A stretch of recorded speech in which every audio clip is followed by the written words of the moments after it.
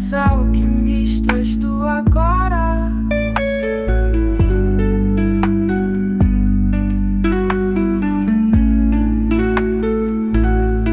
Sonde com vida sustentável, a rede dos alquimistas do agora. Hoje, a Alquimia do Ser vai falar sobre a Grande Mãe e sua Criança Divina, que é um texto de minha autoria. Desde a antiguidade, o ser humano fascina-se com os mistérios da Mãe Natureza, os ciclos da vida, a fertilidade e a colheita, o cultivo e o nascimento na alma feminina. Sendo suas filhas, vivemos o seu ritmo, seu fluxo, a maternidade reproduzindo sua criação, a mulher vivendo o eterno fluxo, a infância, que é substituída pela adolescência, a jovem adulta, a condição de mulher, a jovem parturiente, a mãe, a grande mãe.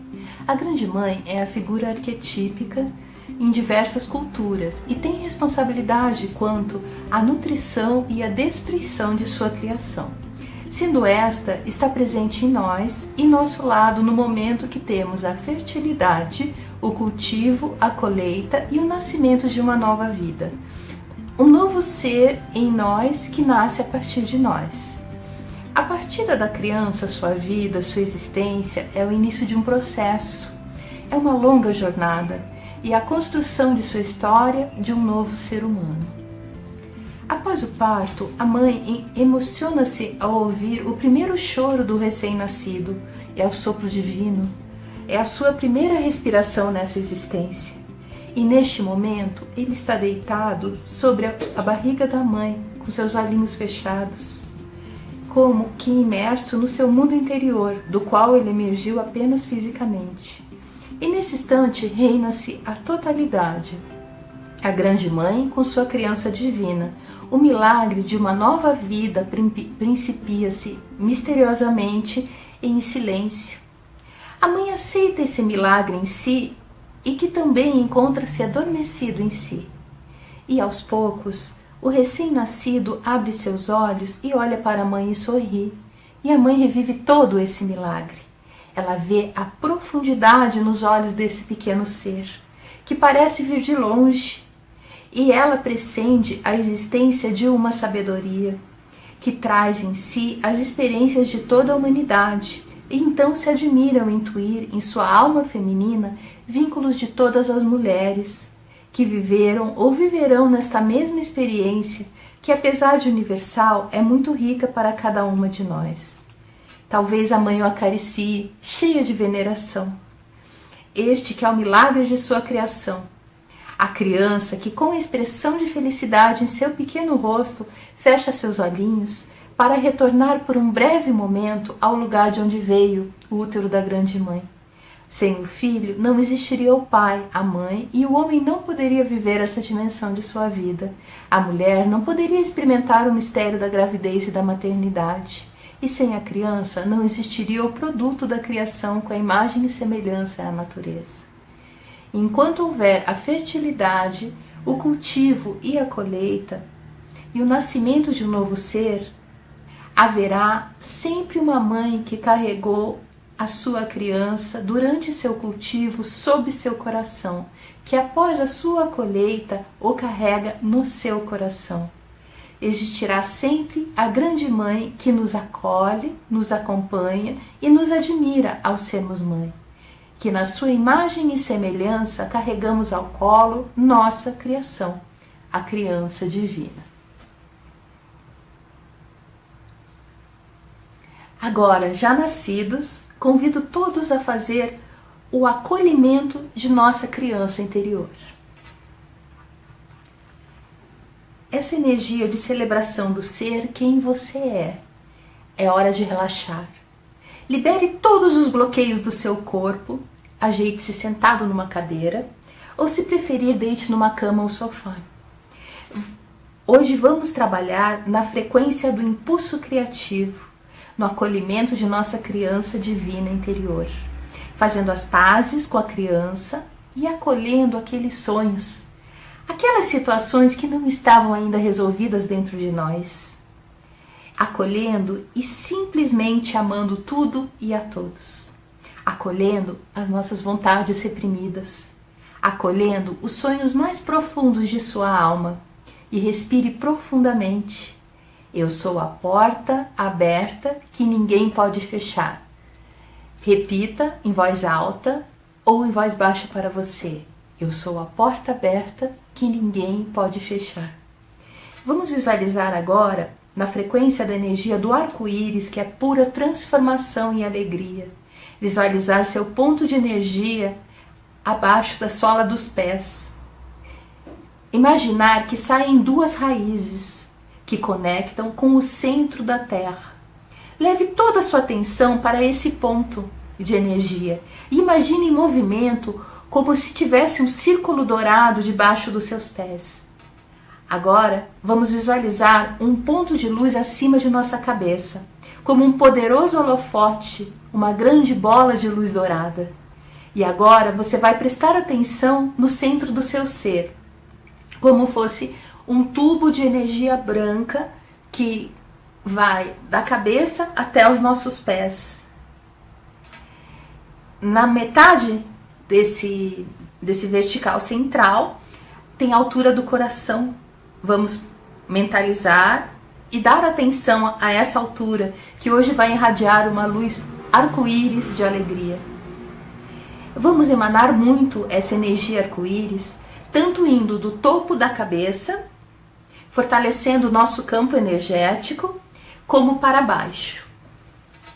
Através do canal central, irradia-se energia para todo o nosso corpo, uma energia em cor de arco-íris, diversas cores, de abundância e alegria.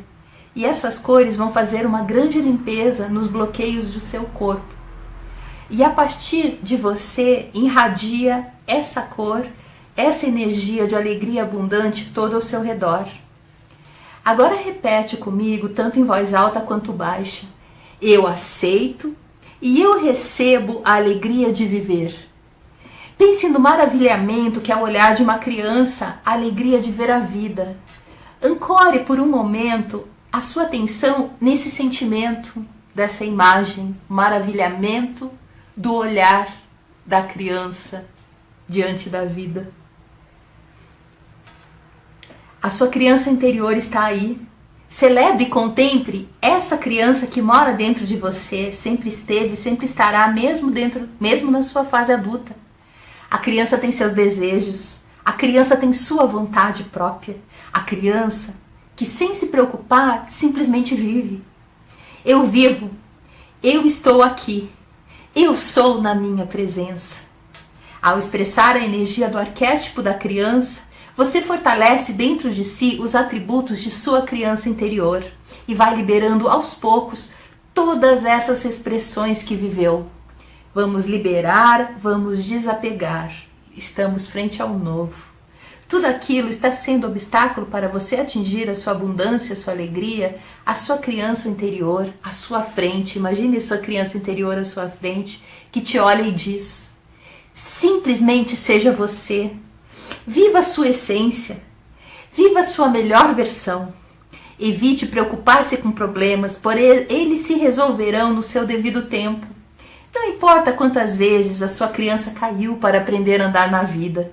Ela tem a certeza que sempre tudo irá dar certo. E não importa o tamanho do seu desafio, ao final sempre dará certo. Já deu tudo certo.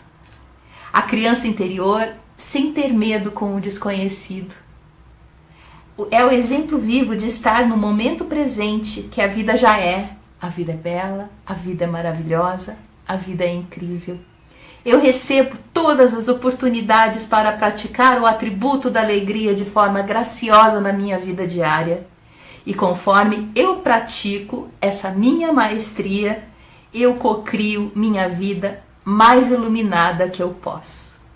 Agora você pode escolher a receber esta energia que você emitiu novamente no seu campo energético. Eu aceito e eu recebo essa alegria de viver. Eu recebo agora uma chuva de energia, de luz de todas as cores do arco-íris, um banho de cachoeira energética, de arco-íris que recebo desde o topo da cabeça até os meus pés. Sinta-se aterrado ao tocar os pés no chão. Sinta-se aterrado ao tocar-se na Mãe Terra. Peça que essa mãe, neste Dia das Mães, leve de você todos os bloqueios que estão impedindo, no aqui e agora, essa sua parceria saudável com sua criança interior e seu eu adulto. Proponho agora, para finalizar, fazer o Ho Oponopono, para a gente expressar em nós essa intenção do acolhimento de nossa criança interior em nossa vida atual. Minha criança querida interior, eu sinto muito. Por favor, me perdoe. Eu sou grato e eu te amo.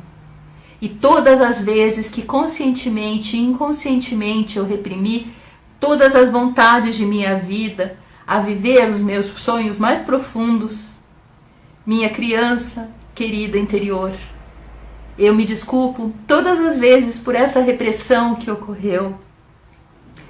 Agora visualizo novamente a criança interior à minha frente e falo para ela, olhando bem nos olhos: eu sinto muito.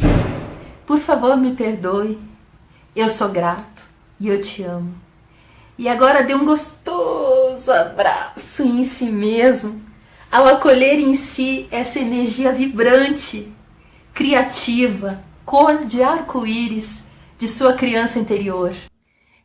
A Alquimia do Ser, ela nasceu na época que eu estava trabalhando no HC com crianças HIV e com pacientes terminais.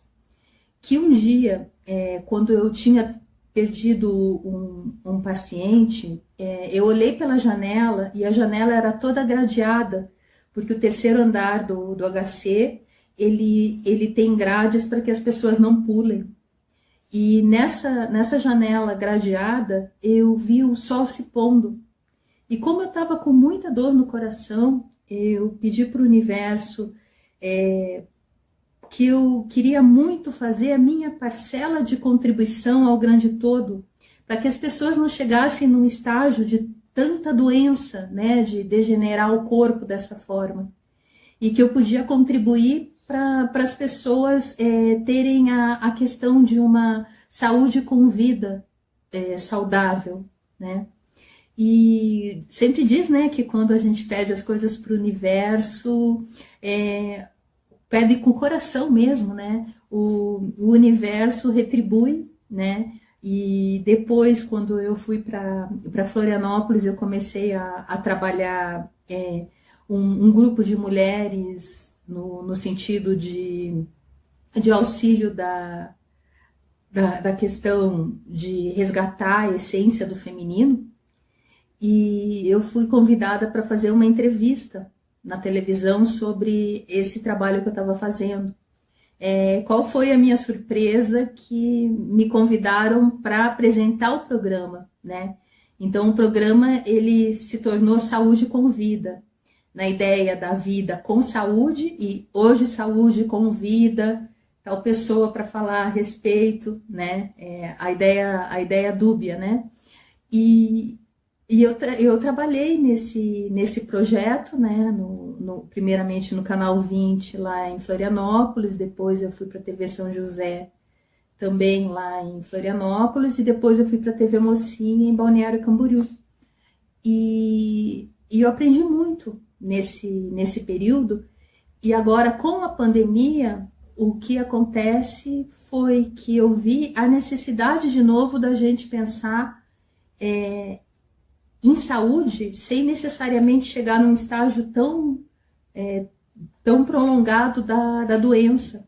Então eu abri novamente o meu baú e utilizei os meus conhecimentos daquela época que eu fazia o programa para iniciar o Alquimia do Ser agora com vocês. E agradeço todos vocês e termino com uma frase, né? Nós somos anjos de uma asa só. Nós sempre necessitamos do outro para podermos voar junto, né? Agradeço muito o carinho, o e-mail, a contribuição de todos vocês e até nosso próximo programa.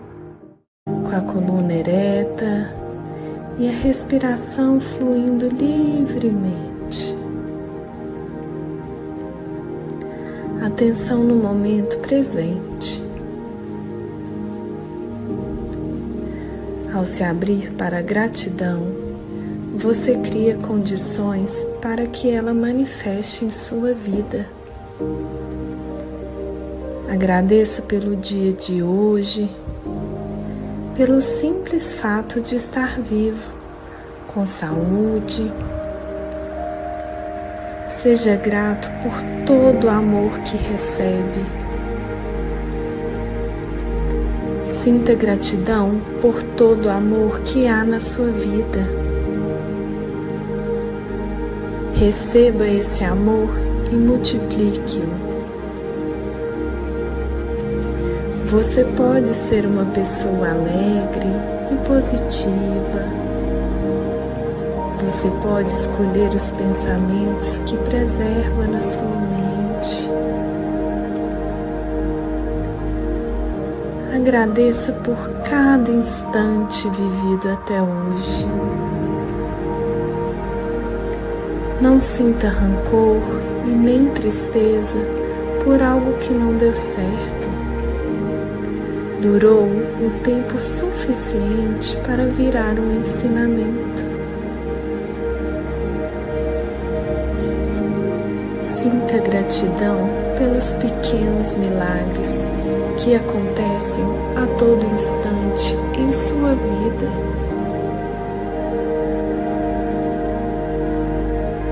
Sinta gratidão por cada momento que já viveu e experimentou. Com a consciência de tudo que você já fez, foi muito importante para você se tornar quem é hoje. Sinta gratidão pelas suas pequenas vitórias e por tudo aquilo que te trouxe até aqui, agora.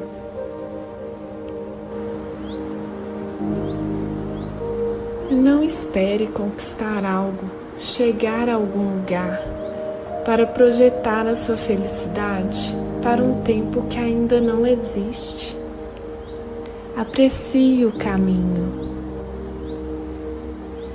Sinta gratidão por cada passo dessa linda jornada.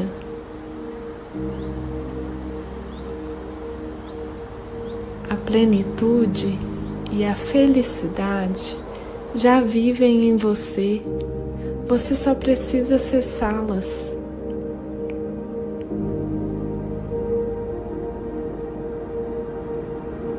Agradeça. Seja grato. E nada que acontece em nossas vidas deveria acontecer de outra maneira.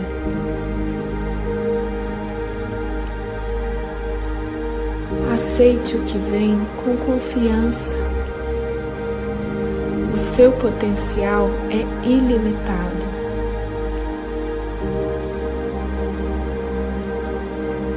Agradeça por poder criar a sua realidade, a vida que te faz vibrar com gratidão.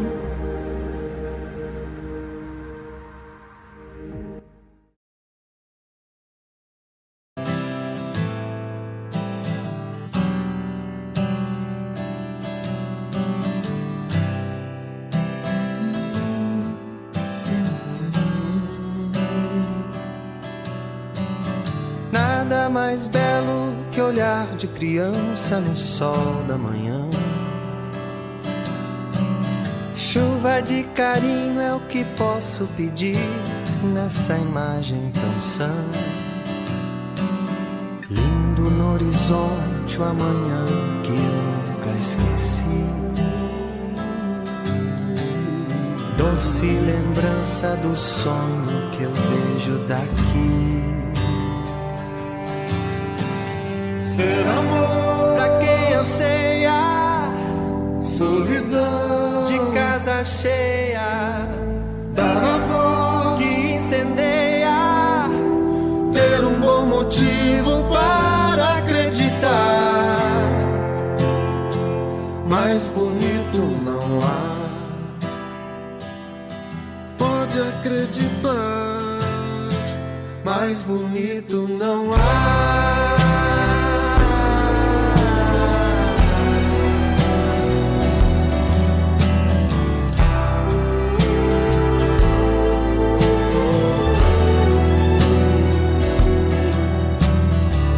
nada mais belo que abraço sereno e sabor de perdão. Ver a beleza e em gesto pequeno ter a imensidão. Como espalhar por aí qualquer coisa que faça sorrir. Aquietar o silêncio, as dores daqui. Ser amor pra quem anseia, solidão de casa cheia, dar a voz que incendeia, ter um bom motivo para acreditar. Mais bonito não há. Pode acreditar, mais bonito não há. Pode acreditar.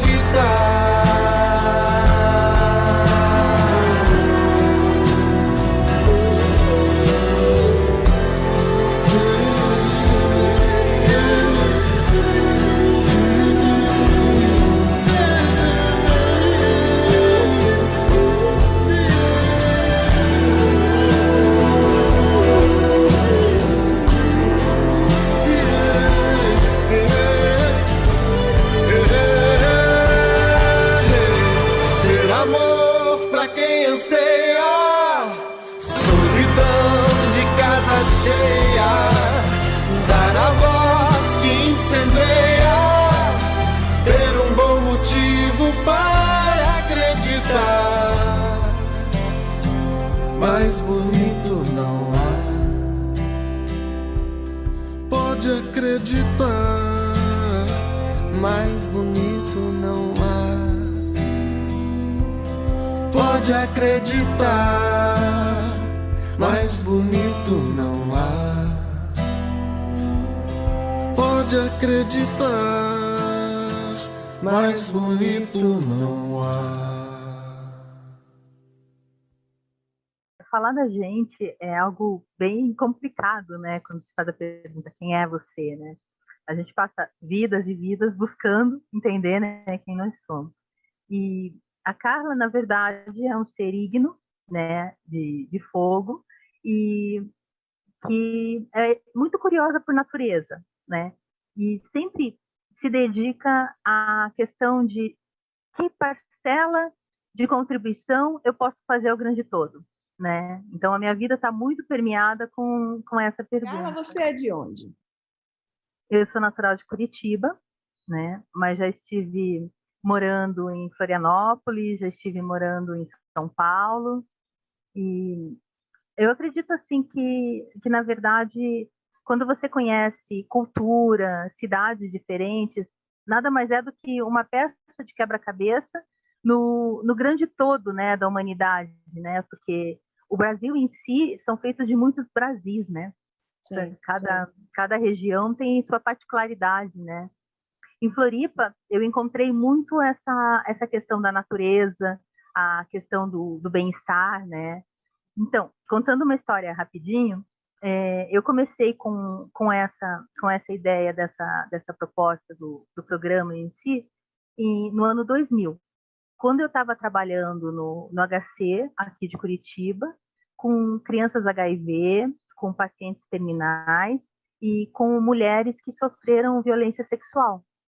E quando você está num ambiente assim hospitalar, que de uma certa forma requer você, como profissional de saúde, no caso eu como psicologia, ser um pouco curador ferido, né? Então, de uma certa forma, eu estou curando as outras pessoas para aos poucos ir fechando a minha ferida interior, né?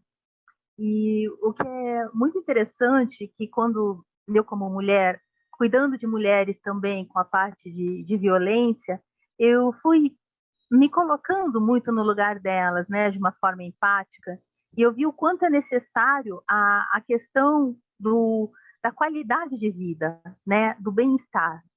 E com o ambiente do hospital é um ambiente extremamente muito ligado à questão de morte, né, até se tratando da questão do HIV, né. De Então, sofrimento, né? como? De sofrimento também, né? Muito de sofrimento. E muito acontecia assim, que a questão das mães, elas levavam as crianças para o hospital por problema respiratório, por uma gripe, por um problema pulmonar. E quando chegavam, tinham o diferencial do exame ELISA e, de repente, descobriam que a criança estava com HIV. Então, não era só uma situação infantil, englobava toda essa família. Então, quando eu ia junto aos residentes passar o diagnóstico, eu falava para eles assim: vocês podem passar o diagnóstico e se vocês tiverem o estômago forte, vocês ficam para fazer o acolhimento da família, porque realmente é uma situação extremamente complicada. E as mulheres que tinham esse diagnóstico e estavam na idade fértil, por algum motivo, elas tendiam a engravidar. Então, lá ia a Carla atender na maternidade as mãezinhas, né? E teve um caso de uma mãe que teve gêmeos e ficou com 40 quilos. Ela quase entrou em falência múltipla de órgãos, né? Então, viver muito essa questão da saúde e da morte de uma forma tão comitantemente, né, no meu dia a dia de psicologia hospitalar, me fez pensar de que forma que eu posso contribuir com isso. E uma situação que aconteceu foi que eu perdi uma pacientinha, né, porque o ambiente hospitalar para o profissional de saúde mostra muita vulnerabilidade, né? Você não pode salvar, curar, né? Você pode só fazer a diferença para aquela pessoa naquele momento. E essa minha pacientinha, ela veio a falecer e eu fiquei extremamente chateada, porque foi assim, foi um dia para o outro dia, assim, sabe? Porque você atendia um dia, no dia seguinte você ia no mesmo leito, o paciente podia não estar naquele leito, né? Daí tem que lidar também com a questão da perda, né? Uhum. Isso E deve quando... ser pesado para o profissional, né? Sim, muito pesado. Então, por isso que eu acredito que o próprio profissional ele deve também ter alguma questão de terapia para ele poder lidar com essas questões, né? Porque quando eu comecei a trabalhar lá, os residentes eles estavam desistindo, entrando em depressão, porque é uma situação complicada, né? E eles não tinham esse respaldo da psicologia, né? E daí depois eu fiz grupos de estudos com eles, né? Depois a parte também de grupo terapêutico com eles, né? Mas voltando à questão da minha paciente, ela tinha falecido e eu olhei por entre a janela e é uma janela gradeada, porque o terceiro andar do Hospital de Clínicas aqui de Curitiba, pelo alto índice de suicídio, ele fica com grades, né? E eu vi o sol descendo, assim, se pondo por essa janela toda cheia de grades, né? E eu coloquei a mão no coração e pensei assim, meu Deus, o que eu posso fazer para que as pessoas não cheguem até um estado de uma degradação corporal, né? Uma doença que a pessoa perde, né? A possibilidade de humano, né? O corpo se deteriora, né? E qual parcela de contribuição eu posso fazer para isso, meu Deus? Me mostra o caminho. E aquela coisa, né, Valquíria, quando a gente pede as coisas com o coração, acontece. Começam as coincidências, e as coincidências elas passam a ser assim, a assinatura de Deus no anonimato, né? Ele vai te mostrando aos pouquinhos os caminhos, né? São o que eu chamo são os sinais dos anjos, né, Carla? Sem dúvida. Sinais dos anjos, que às vezes a gente nem presta atenção, nesses sinais, e aí passa ao lado e deixa de acontecer e deixa de fazer exatamente porque não prestou atenção nesses sinais, né? Então, eu acho que, inclusive, nós temos uma tendência a prestar mais atenção aos sinais quando a gente vai amadurecendo. Eu acho que é a experiência da vida que vai nos colocando em afinidade com esses sinais, né, que eu chamo sinais dos anjos. E a gente, às vezes, eu falo isso por experiência própria, porque muitas vezes eu passei ao lado e teimei, inclusive, né? Vem os sinais, eu teimei com esses sinais, e depois eu tive algumas surpresas que não foram muito agradáveis, exatamente por persistir na minha teimosia e não ouvir esses sinais. No meu caso, alguns casos foram realmente informações, né? Aquele sussurro que vem te alertar, e eu teimei. Em outros casos, quando eu já estava mais velha, eu já comecei a ouvir um pouco melhor, e aí eu também fiz essas perguntas como você fez e acabou dando certo, né? Então, nós temos que entender os sinais e aprender a ouvir, né? Perfeito, porque na verdade a vida é simbólica, né? Ela nos mostra os sinais. E uma faculdade que todo mundo tem é a intuição. Então, por que não permitir ouvir a intuição, né? Porque a intuição, segundo Jung, na verdade, é a visão do todo sem você necessariamente passar pelas partes de forma cartesiana. Você tem a visão do todo. É isso aí, né? É o insight. Sem você necessariamente saber quais as etapas que você chegou naquela ideia. Né? Segundo, de acordo com a experiência que ele teve, não é?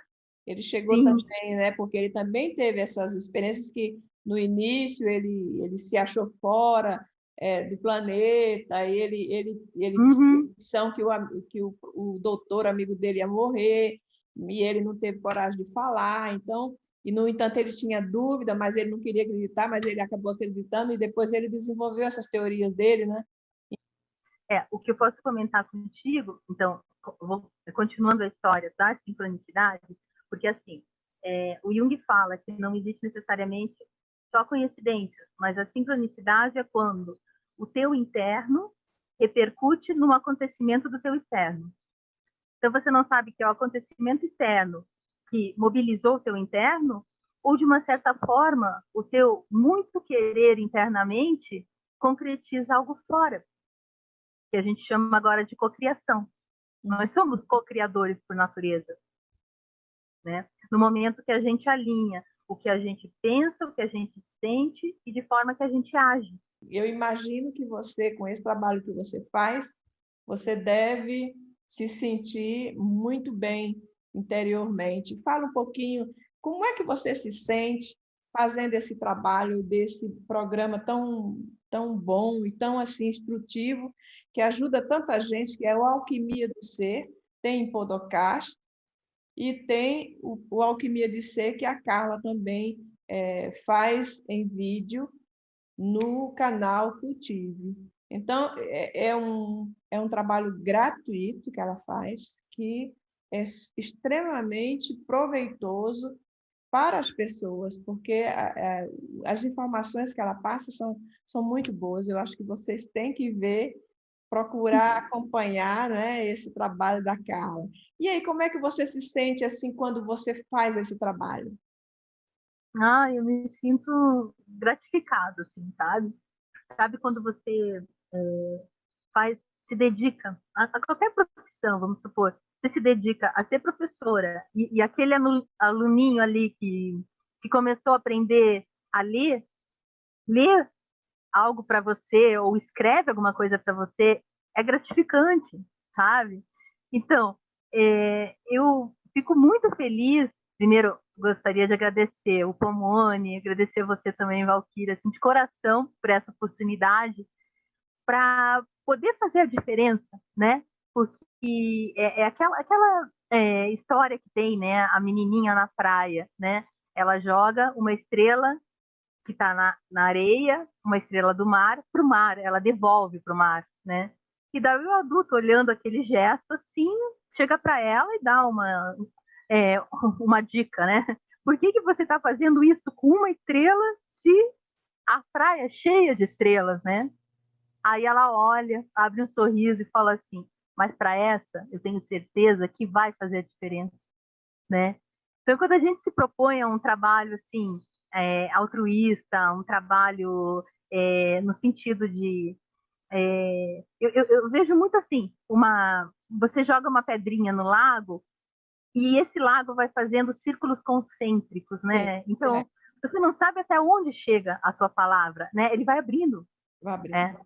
Então, quando você se propõe a isso, é gratificante, porque você está alimentando a tua alma, né? E a tua alma é o que faz você ser humano, né? Ser humano e todos Ser humano. humano. Isso. E você alimentando a tua alma, você está alimentando a alma coletiva dos seres humanos também. Então, todo mundo sai beneficiado, sai nutrido desse processo, né? Plantar a semente do bem, né? Plantar a semente do bem, plantar a esperança, plantar sonho, né? Cultivar essa energia que vai se expandir no universo, né? Hoje nós vivemos um momento, Carlos, que hoje, inclusive, eu escrevi até uma crônica que fala exatamente sobre a esperança e o sonho, e aborda exatamente isso que você falou, né? De ter o prazer em fazer alguma coisa boa para outro, contribuir para essa sociedade e ter esse sentimento de que praticou alguma coisa boa.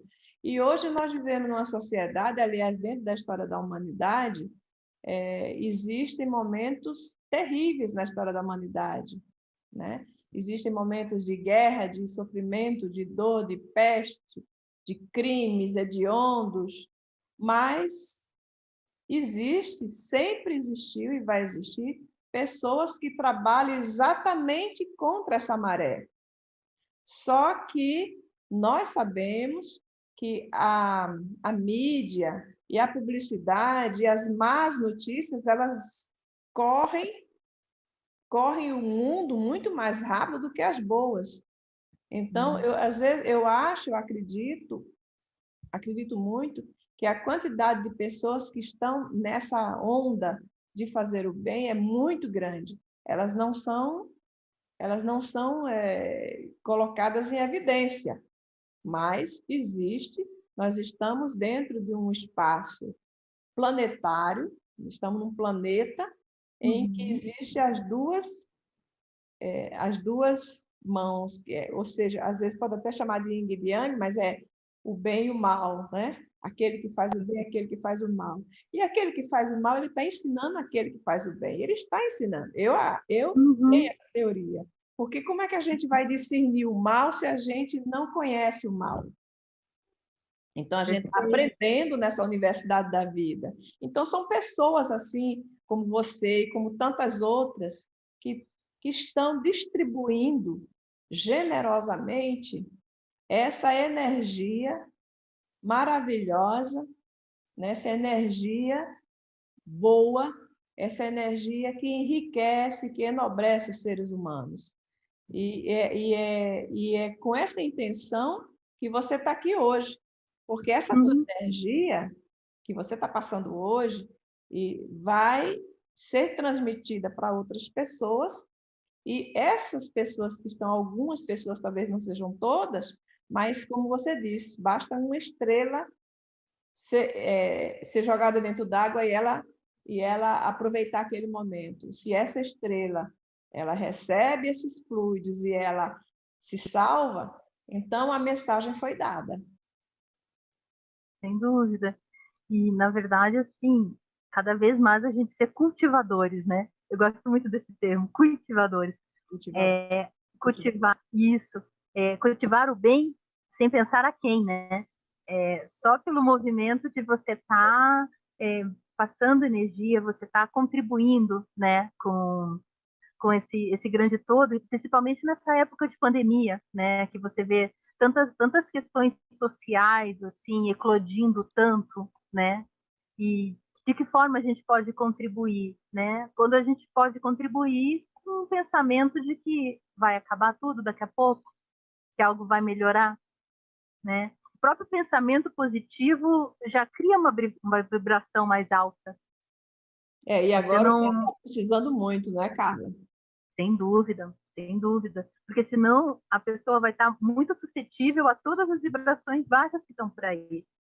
No momento que você acredita que tem esperança, tem fé, né? Porque a fé é um grande dom que a gente tem, que na verdade é acreditar sem necessariamente ver o que está acontecendo, né? A gente acreditar lá para frente, né? Ter fé que algo vá melhorar, que algo vá mudar, já é uma grande contribuição, né? Ser cultivador, Me diz uma né? coisa, Carla. Você trabalha com reiki, né? Sim. Então, fala um pouquinho dessa relação Carla, reiki, alquimia, energia. Fala um pouco de tudo isso aí. Tá joia. O reiki nasceu para mim quando eu estava trabalhando no hospital, porque estava trabalhando no hospital com pessoas que estavam com baixa imunidade.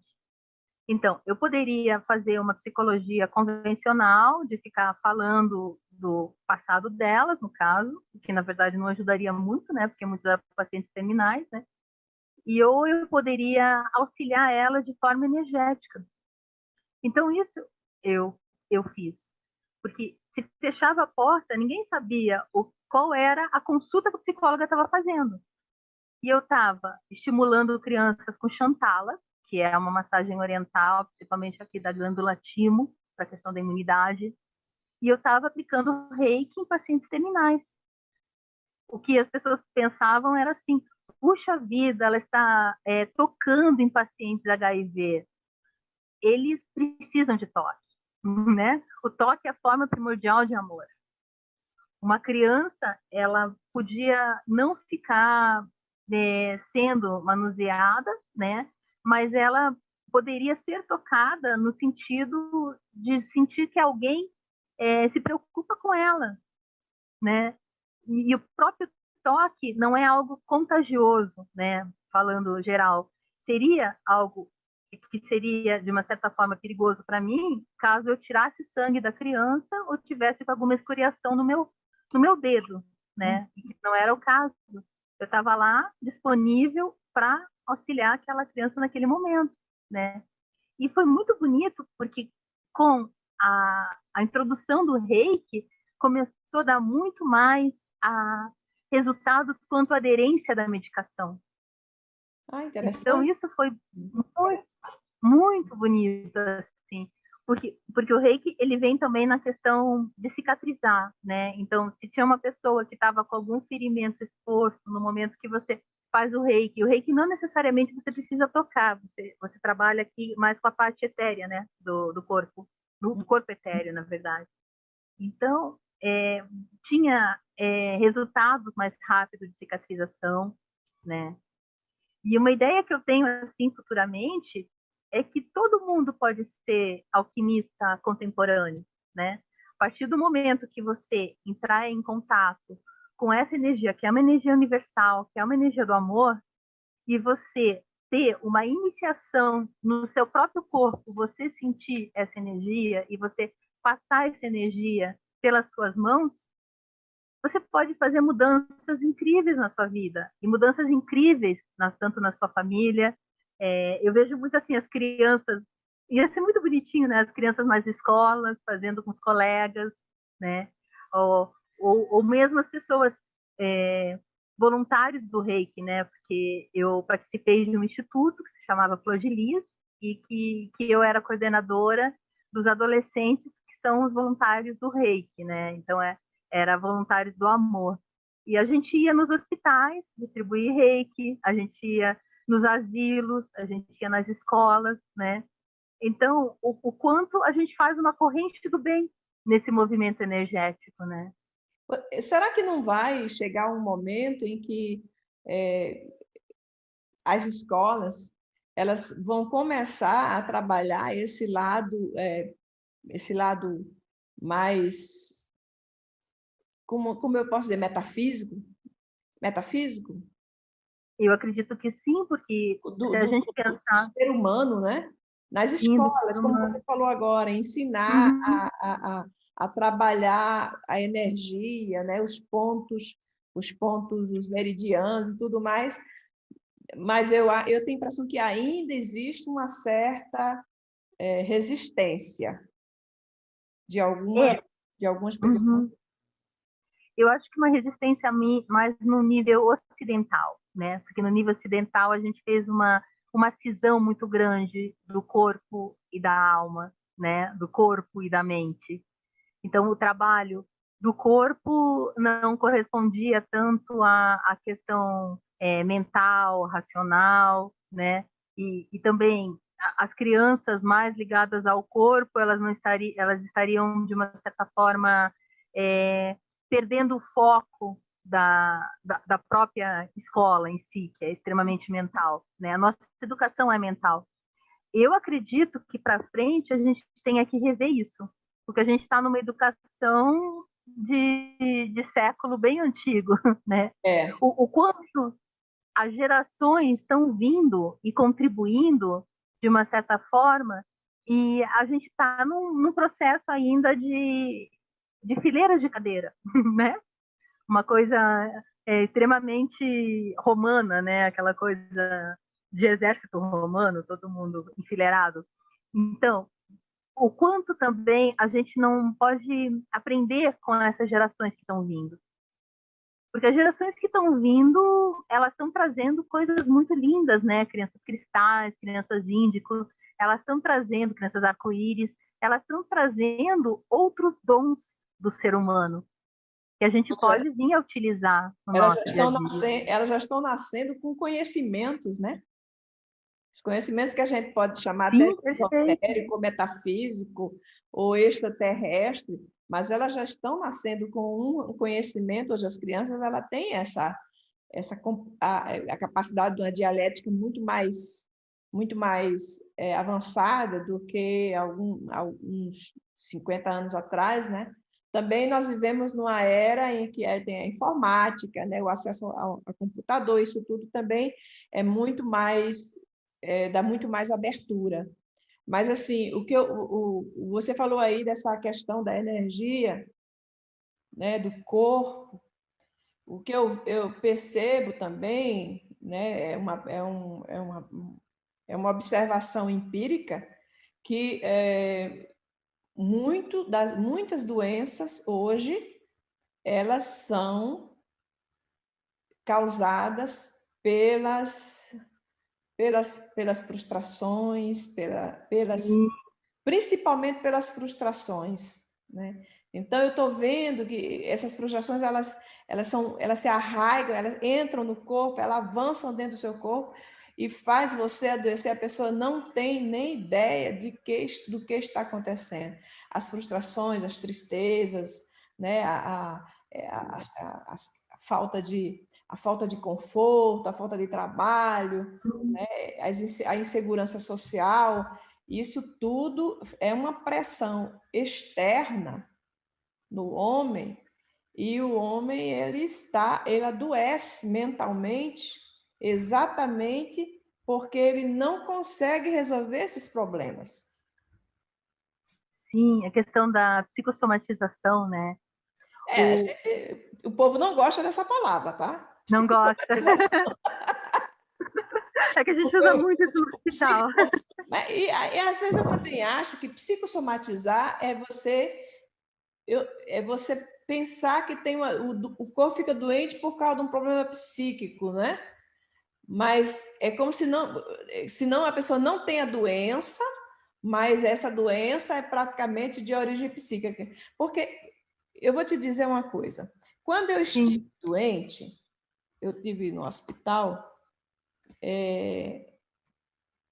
o médico, eu saía do hospital e entrava, e muitas vezes porque eu saía e não conseguia andar. Eu tinha dificuldade de andar. Então, toda vez eu saía do hospital, quando eu chegava em casa, ou eu pegava um resfriado, eu pegava um gripe, e aquilo afetava a minha caminhada. E quando eu estive no hospital, aí eu voltava para o hospital e uma vez um neurologista falou para mim que era psicológico. Aí eu falei para ele assim, é psicológico porque não é com você. Psicológico porque não é com você, tá? Uhum. Eu sei o peso que eu sinto nas pernas, a dificuldade, parece que os músculos não obedecem quando eu quero caminhar. Agora, ele disse isso porque ele não tinha a resposta. Uhum. Então, às vezes, também é muito fácil para uma equipe médica, quando ele não tem a resposta, ele joga no psicológico. Sim. Né? Ele diz, não, é psicológico. Ou seja, em outras palavras, você está inventando. Em outras palavras, né? Mas de uma certa forma, é psicológico e não diminui o fato de você ter a doença. Né? A gente tem que considerar também o psicológico pertencente ao corpo, não fazer essa cisão que foi feita no Ocidente, né? E o Oriente é todo voltado à questão da mente sã e corpo sã, né? Então, o que tem? Tudo acontece a partir da mente sã. No momento que você está integrado mente e corpo, as coisas fluem. Você está no movimento de fazer manutenção da sua própria saúde. O que acontece são os gaps que a gente fala, né? São os furos quando a gente não consegue fazer essa junção, porque daí a doença vem como uma doença como caminho de alguma autodescoberta para você. Então, se fala muito assim, quando a pessoa tem câncer, ela pode estar guardando muitos rancores. Então, o câncer vem como o que isso veio falar para você. E no decorrer do processo de quimioterapia, de radioterapia, eu tive essa experiência com a minha mãe, que ela teve câncer de mama, e se teve esse resgate junto, né, do que o que o câncer veio falar com você, aos poucos a doença parou de ficar no orgânico e conseguiu ser transmutada, alquimizada, né? No momento que ela começou a entender o que aquele câncer de mama veio falar para a situação dela de vida naquele momento, né? Então, eu acredito muito quando a gente tem uma doença orgânica, né, concreta, material, acontecendo, o muito que a gente pode perguntar o que isso quer nos falar, que nos abre uma dimensão do simbólico. E a palavra cura. No momento que você entra em contato com o que aquilo quer te dizer e você consegue verbalizar, você não imagina o quanto isso alivia no teu organismo, né? O quanto a cura se dá porque a palavra tem poder, né? A gente fala muito disso, a palavra tem poder. No início era o verbo, né? O verbo estava em Deus. Então, toda a criação vem através da palavra. Mas o que você deseja, de uma certa forma, pode vir a concretizar, né? Eu acho que é exatamente por isso que a psicologia, a psicanálise é tão difícil de fazer resultados rápidos, né? De a pessoa encontrar logo uma cura, porque a mente humana ela ainda não sabe encontrar esse caminho para descobrir e para falar consigo mesma e aceitar, inclusive, que ela tem alguma coisa que está cutucando essa coisa que cutuca o corpo. Nós temos uma tendência a refutar essa possibilidade, né? Essa possibilidade. E aí o trabalho em cima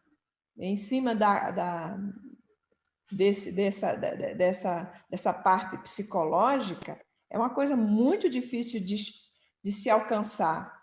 E aí eu não sei se talvez seja exatamente isso que você falou, a proposta de se criar e começar a desenvolver nas escolas esse trabalho que você falou de trabalho da energia, mas aí também tem que trabalhar, a pessoa também tem que começar a trabalhar o seu psicológico, tá? Se autoconhecer. Perfeito, porque na verdade, assim, se a gente fazer uma analogia dos diversos elementos da alquimia, se inicia no chumbo, né? O chumbo é algo extremamente pesado, denso, né? Ignorância tá no chumbo. O quanto a gente pode ir evoluindo a nossa escada para chegar até um ouro, mas um ouro interior, que é a nossa sabedoria interior, a gente se autoconhecer, né?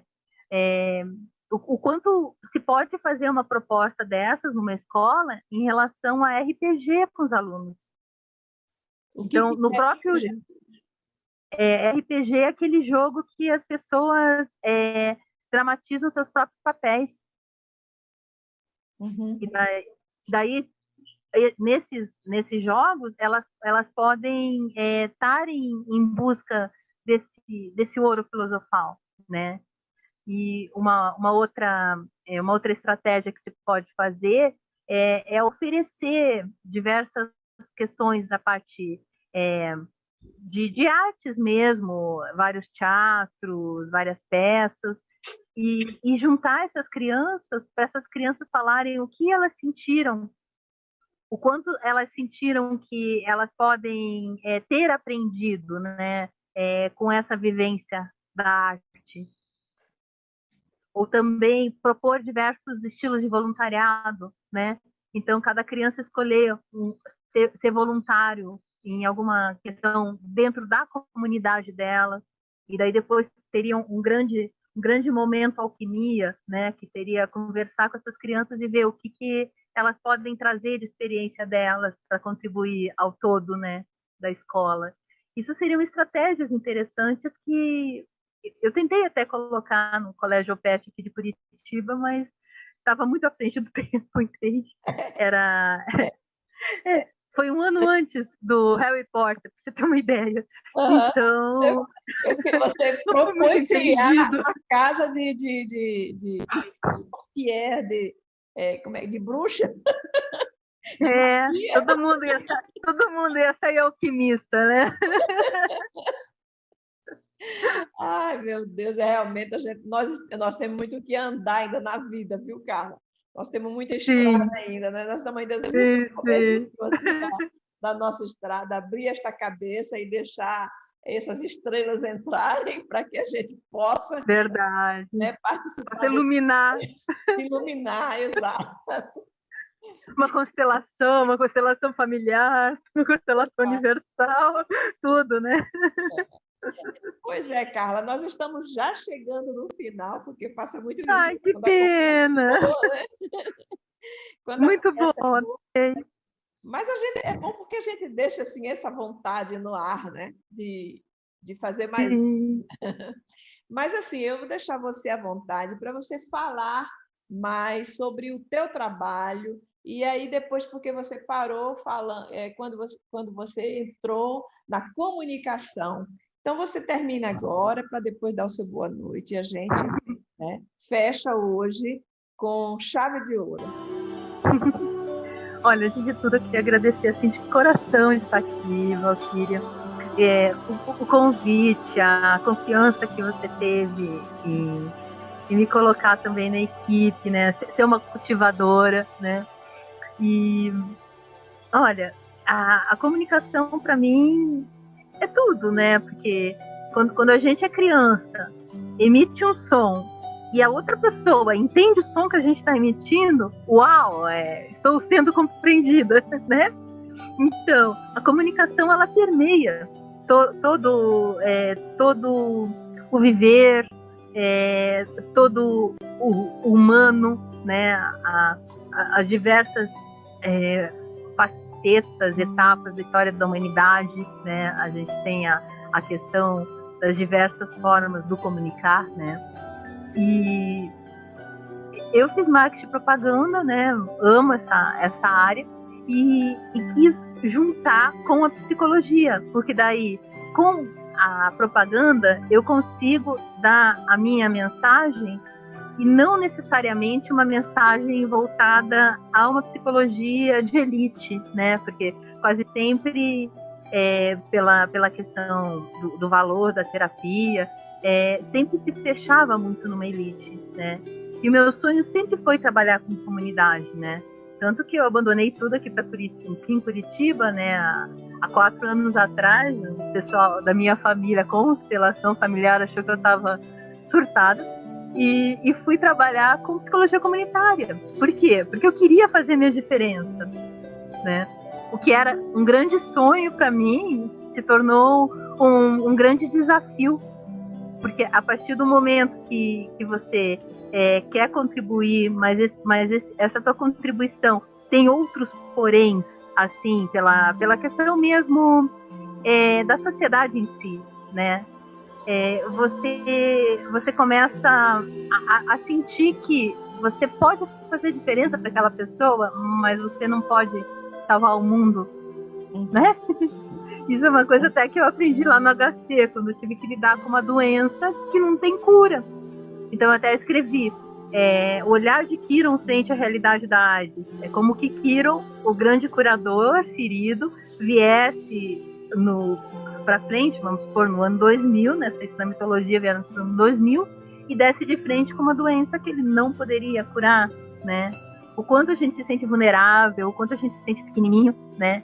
E essa vivência que a gente está tendo na pandemia agora, o quanto a gente está se sentindo até sem possibilidade de muitas coisas que você queira fazer para ajudar as outras pessoas, né? Mas aquela ideia, faça a diferença. Se você fazer a diferença para uma pessoa, você já está contribuindo para esse grande todo, né? E é isso que eu me proponho na Alquimia do Ser, fazer a diferença. Saúde com vida sustentável, a rede dos alquimistas do agora.